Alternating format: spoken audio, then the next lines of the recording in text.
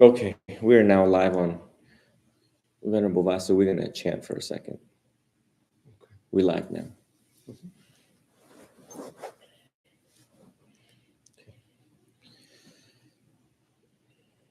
We're waiting on my other Facebook account real quick.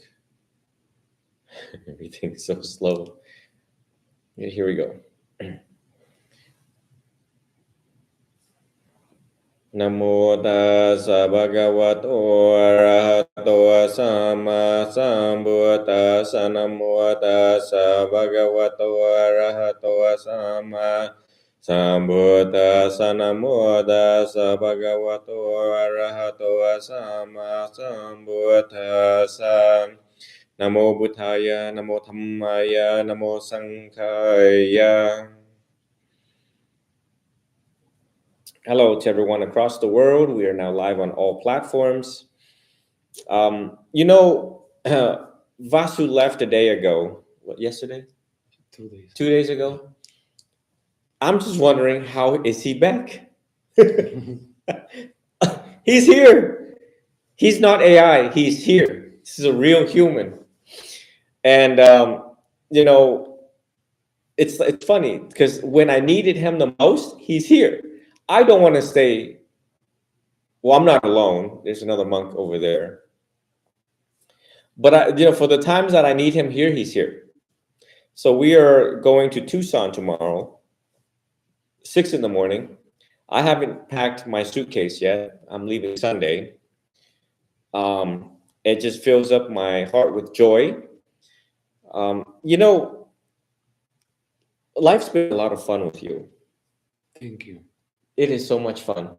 It's fun when you send me all these invitations, the interfaith, and today he sent me this. Did they send you slideshows? No, they don't. Oh, okay. So today I got to participate, and everyone knows safety is my priority for all of you. And that's why I emphasize so much on the precepts, okay? When your mind is safe, your life is safe. So today I got an invitation from Venerable Vasu, multiple invitations, but the one that stood out and I was able to participate in at the right time. He sent it at the right time, but the one that stood out and I was able to participate in at the right time. He sent it at the right time, which is on screening. No. I don't know how he managed these emails. Protecting places of worship, fall religious observance security briefing. So we got to hear representatives from the White House, Department of Homeland Security, FBI. That summarizes it. It's a very serious briefing. Yeah. It's a government registration where I was like, okay. I'm a good guy, so I don't care if the other good guys want to know about me. And so the whole time that these individuals from the White House, Department of Homeland Security, and FBI, representatives within the religious arena that observes religious arena and answer and cater to religious arenas were talking, I'm just sitting there in my head.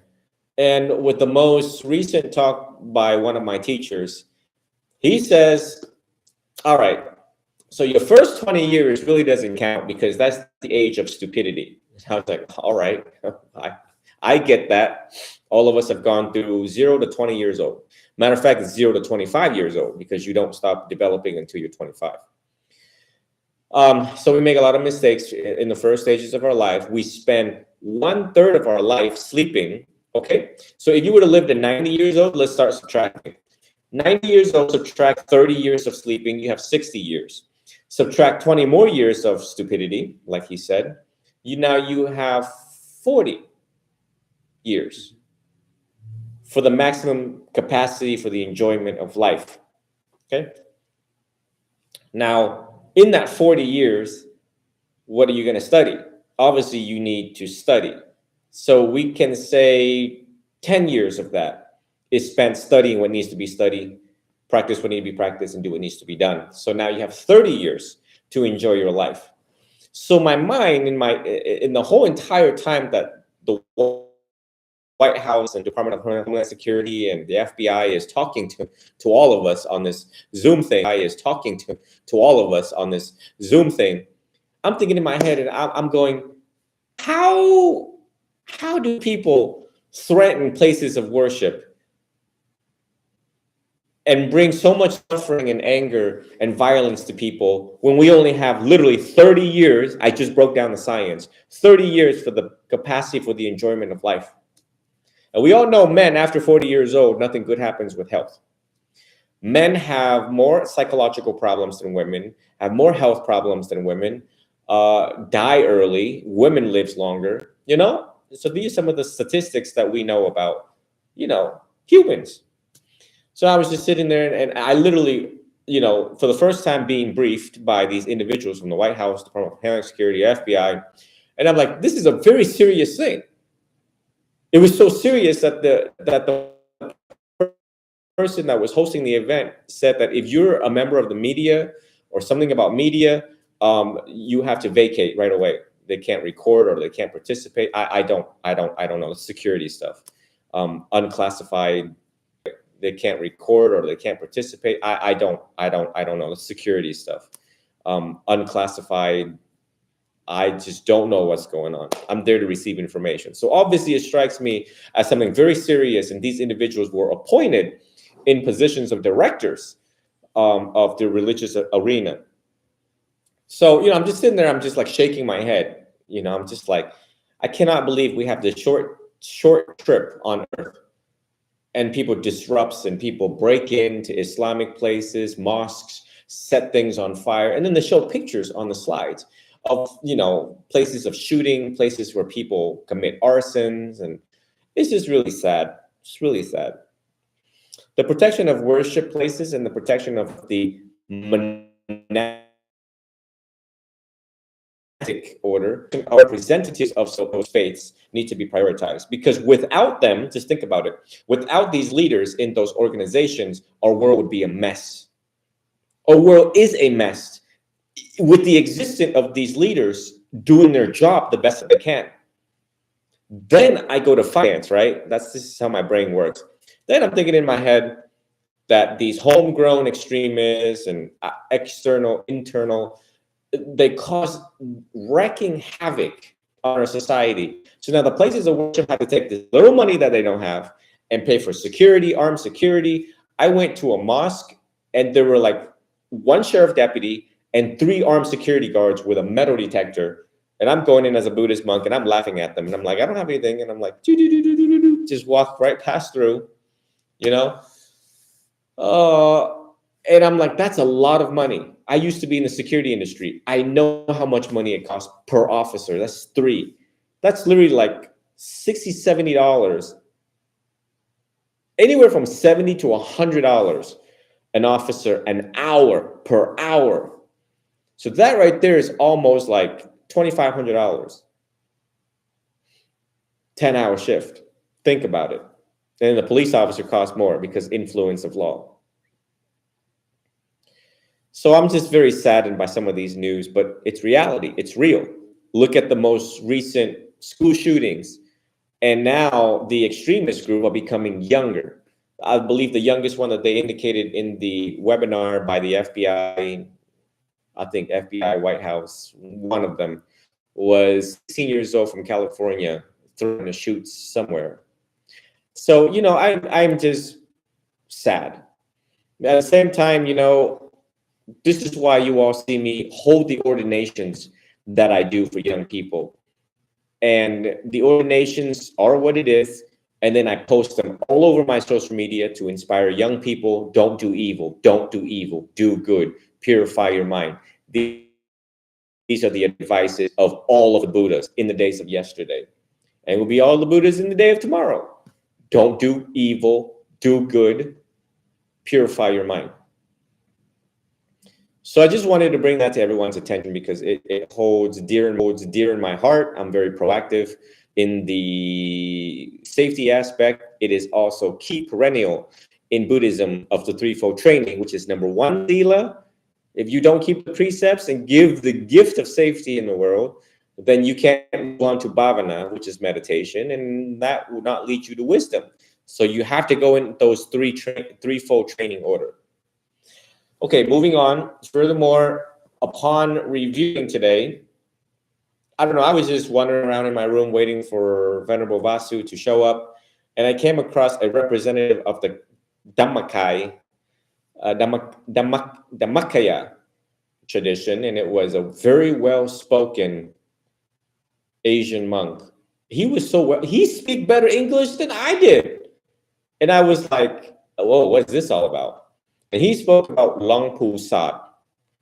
Long Pu Sad, Sodh, which is the original founder of Dhammakaya. And then it was then given to or handed down to Venerable Tamachayo, which built the temple that you see there, Dhammakai,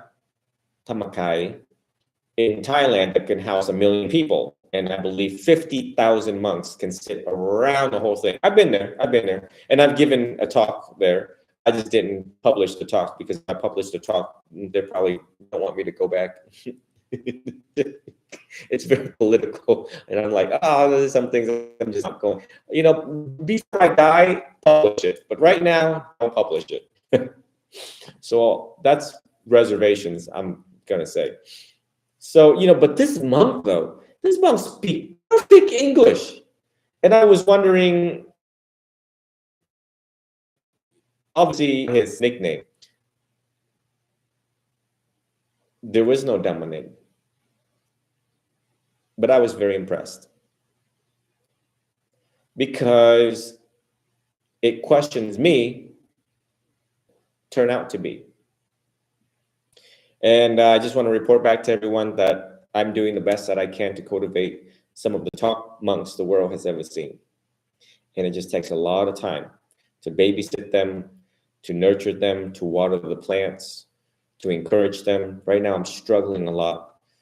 The dynamics of encouragement, you know, and going against the flow of society. Society says, yeah, don't put in the effort. You should be lazy. You should sleep. And I got to crack the whip on these younger novices, auxiliaries. But the Dhammakai tradition is very successful in money, in finance, in discipline. They're so successful, they have their own color of robes. Do you know that? They have their own unique, one-of-a-kind color that no one wears, only they wear. In Thailand, it's really cool. There are certain schools where you know that they're from a certain school because even if an inch is off your uniform, they know. They know. Furthermore, as we're talking about this, I feel neglectful that I haven't been able to go into details of Dhamma talks, like how we do the biweekly discussion. Matter of fact, over there. The last one was on the mendicants of Kosambi and the applicable citation for the mendicants of Kosambi. So anyone that wants to research that right now, you can. The mendicant of Kosambi, Kosambi, because I'm one man that's doing it by himself. But here's the good thing: even though I don't give Dhamma talks in depth like I do, you know, every 2 weeks, at least you get every 2 weeks. You get, you know, you hear my contribution towards it. The Empty Cloud Monastery, like the Clear Mountain Monastery, Ajahn Sona, Ajahn Jayasaro, many other monks that you see online. But here's the good part. The good part is that because of my system, you have to reach out to me for counseling so I can meet you where you're at. Me giving a broad talk is easy. Doing the one-on-one work is hard for you to enter the stream of enlightenment. So I encourage those who have not reached out or want to reach back out, because we got a good number that, you know, kind of just sunk underneath the water and fell off the swing. Well, time to climb back on the swing if you're tired of suffering. Furthermore, the monk that represented Tamakai spoke about long determination for enlightenment. And he just was just very determined when I tasted what the Buddha tasted, and which is what kept me in robes. You have to ask, you got two really good looking monks here. Why are we still in uniform? Because enlightenment is real. Okay. We like peace. We chill. We have this profound silence. And I just wanted to bring back, for those who are also new, there are 600 of you that are new on my YouTube. And this is going to be the last day you're going to get to see this bell. Anyone see this bell? Hold on. I'm pulling it towards me. You see this? How big this thing is? It's huge. It's huge. Let's take 2 minutes to talk about this bell. Let's hear it first. Ready? 3, 2.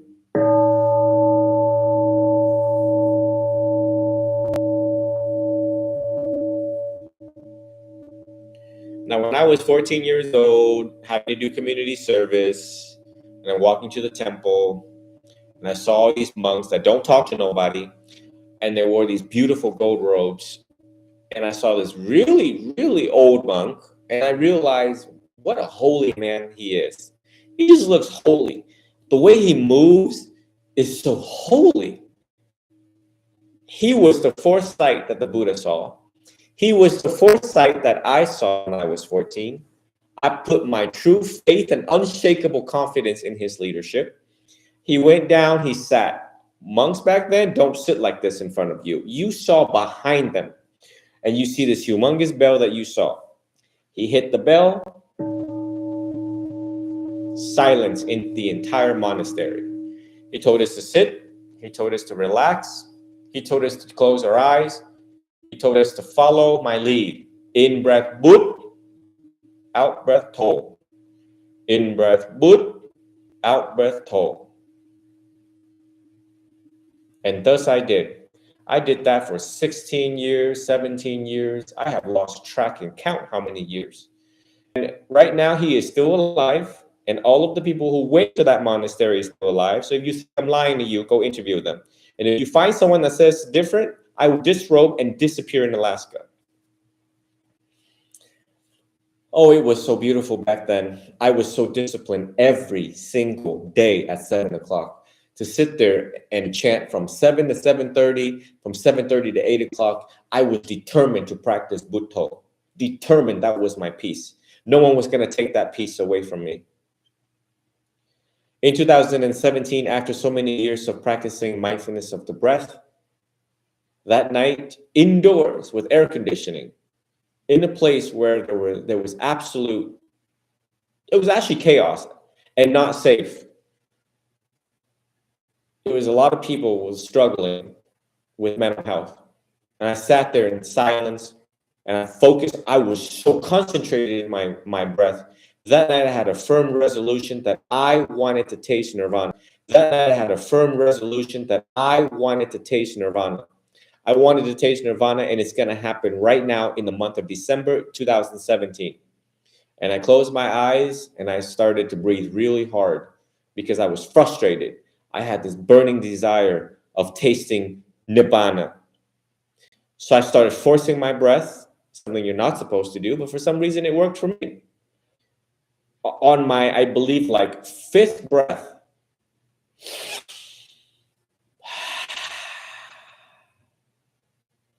on my fifth breath, my consciousness left my body.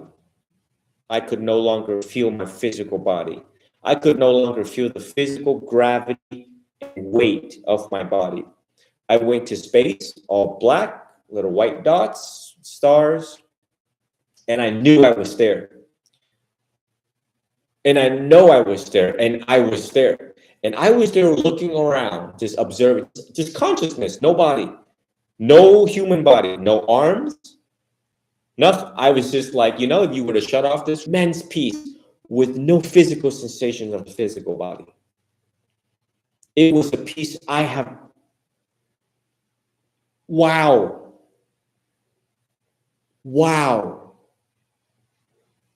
I was there for 20 minutes in heaven time, which translates to about 4 hours human time. And I remember vividly it was between anywhere from 10 to 2 or 11 to 2, 3 or 4 hours. I believe I recounted this in my journal, but I have to find it. But I believe I reflected that. It's a memory that I will never forget. Now, when I practice samadhi at the right place, at the right time, there is no manufacturing of thoughts anymore. Of course, it's down to like maybe 90%. But when I'm able to just focus on the breath concentration, there are no manufacturing of any thoughts. It's just complete silence and peace.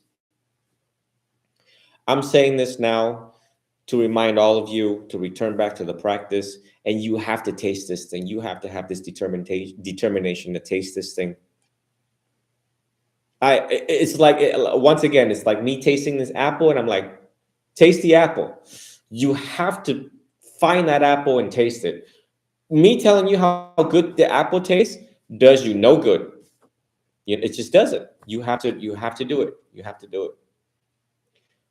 It touched my heart today at around 1 o'clock when I heard the monk recounted the great teacher Long Posad. I have Long Posad at my place. The figurine, he's a little figurine. He's so cute. Wearing orange robes.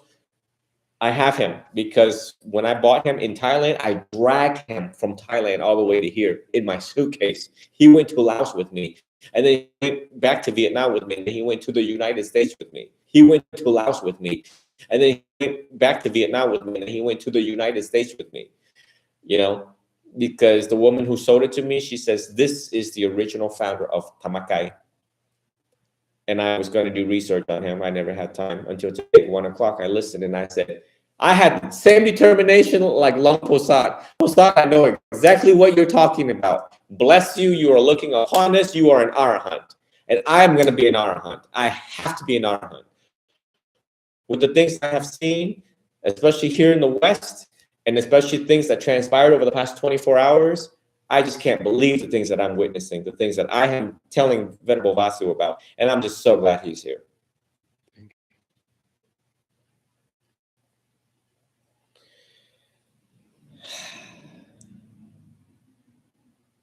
We are headed towards peace, and I need a break.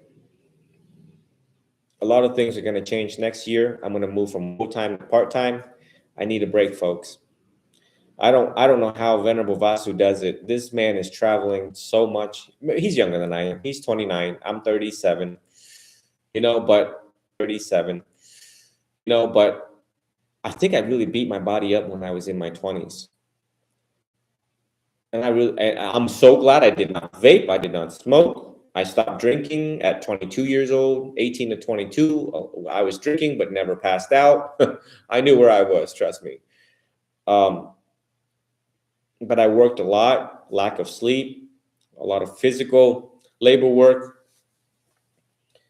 So I'm ordaining up to 500 women in October, and I'll be ordaining up to 500 men. So the same guideline and standards go for you. Just go back to the video where I says ordaining 500 women. Now you just replace that for men. I'm exhausted. I don't think I can make another video going into details of that. We gotta sleep. We got 7 hours of sleep. If we sleep now, I gotta fix my room and luggage in the next hours. I will have 5 hours sleep, and I'll sit in the car with Venerable Katie tomorrow and probably talk a little bit and then fall asleep. I don't know how it's gonna go. I can't wait to spend time with these wonderful people, with Venerable Katie. I feel so joyful being with her, so joyful with him. If I stick around him, I'm gonna live long. He's so calm. Hold on, you want to hear his voice? Would you like to tell everyone hello real quick? Yeah, we are happy to having all of you here with us. Yeah. You see his smile? I wake up to this smile. I wake up to this smile.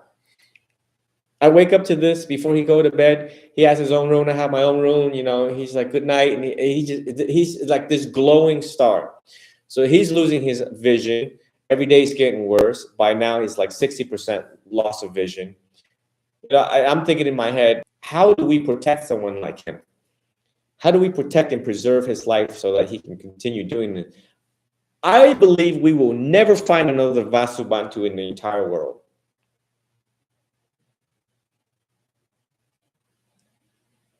And I'm just thinking in my head, Social Security better get it together. Somebody better get it together. And my own program is going to be advocating for the protection and preservation of world-class monks like Venerable Vasu. World-class. Meet the Rinpoche coming in November, December area. We'll be in California, by the way. We've already discussed it. I'm withholding his identity, but he is another world-class. So, you just have to trust me, right? Because you guys see Venerable Vasu Bantu's work. Go to ArizonaFaithNetwork.org. Profile what he's been doing. I mean, the proof is right here. It's not AI. Look, I'm touching him. He's not AI, okay? He's not artwork either, And so you just have to trust that this Rinpoche is 30 years old. He's your age, actually. Oh, I want you to meet him. I want you to meet him tonight. Hold on. Let me see if he's available. Just for a second. It's 10:34 at the time of this text message. I'm wondering if you had just 5 minutes to meet with Venerable Vasu, who both of you, I believe, are world-class monks. And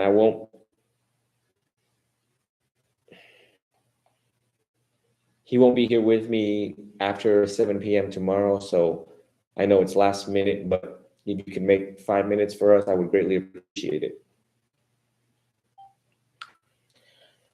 I have been invited back by Venerable Sanata Vihari in California next year.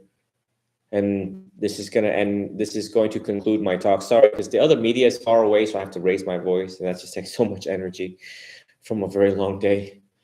But when I went to see Venerable Sanata Vihari, I laughed this morning because he wanted to come here in Arizona by the end of the month. But I'm gonna be leaving, so we're not gonna meet together at the right time. But I drove in California to all the way to Glendale.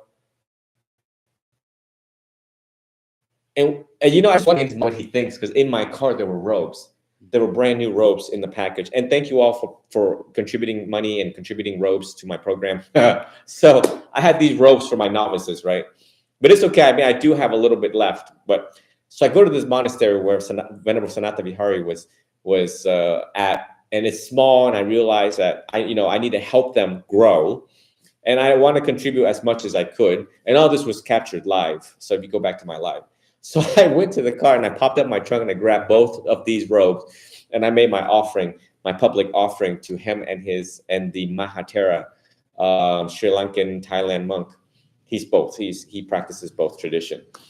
And I'm just thinking in my head, so the most venerable went into rest. And I'm just wondering what they say about me when I leave. It's like, this Vietnamese monk just come in this car and he just pops the trunk and there's robes already. We should have him back. Bring him back. He's all right with us. He gives more, he takes less. His action speaks loudly. So I just wanted to say that giving more and taking less. That's always been my motto. I mean, back. I just do my job and I go and I move on. And it's so wonderful to be back. To be loved where you are and to be missed when you're gone. That is the philosophy tonight. If you got anything, make sure you get that. To be loved where you are and to be missed when you're gone. That philosophy came from former Thailand, Venerable Palacios Adrian, who is also dear to me. He served 6 years as a monk, 6 reigns in Thailand, speak perfect Thai, speak perfect English. We lost him. I mean, he chose to disrobe, and I want him to come back so bad. My heart aches when I talk about it. We lose a lot of good monks.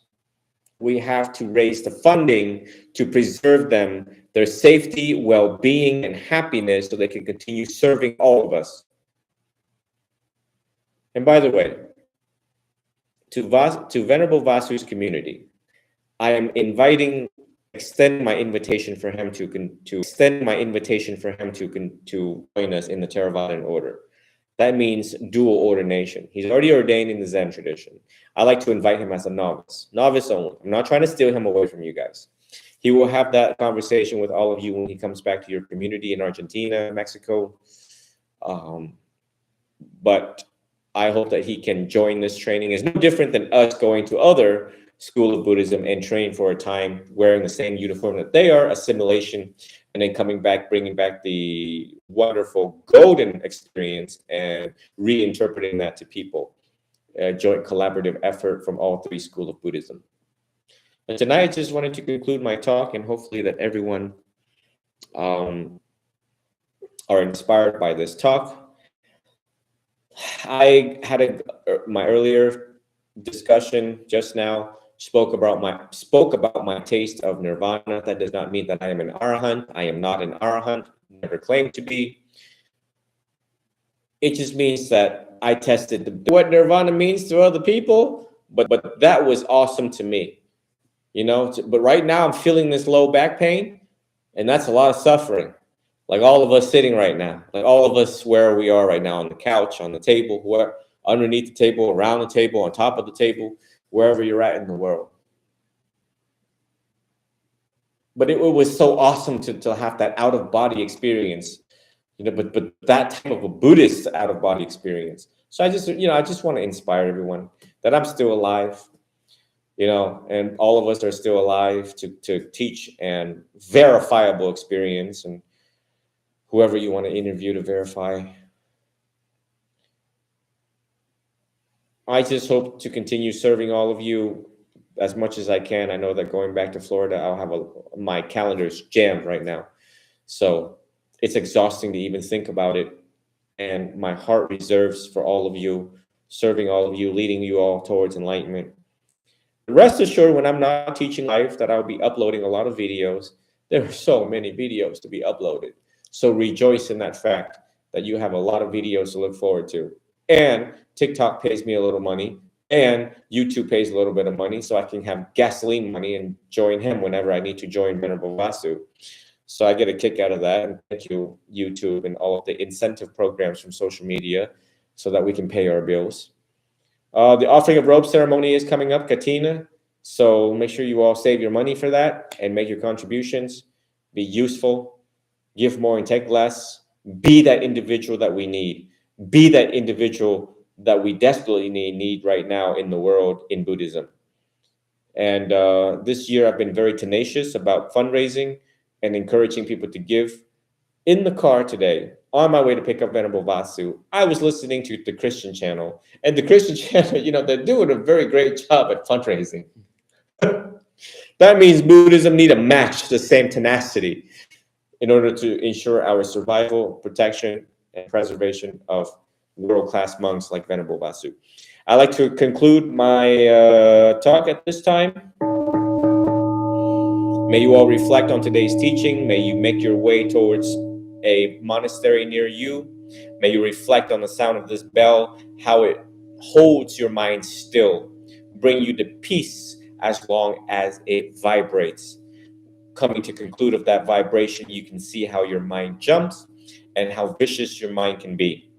By and through the sound of this bell, and the monks, which are the living teachings of the Dhamma, lead you towards peace.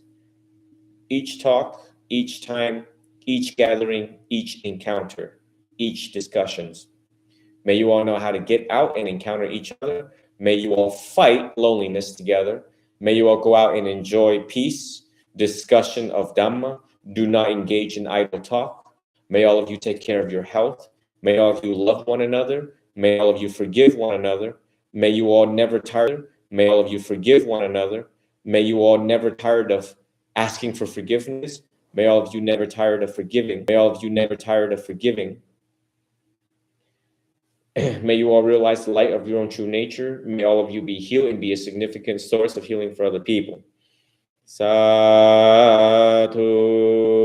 sadhu, sadhu.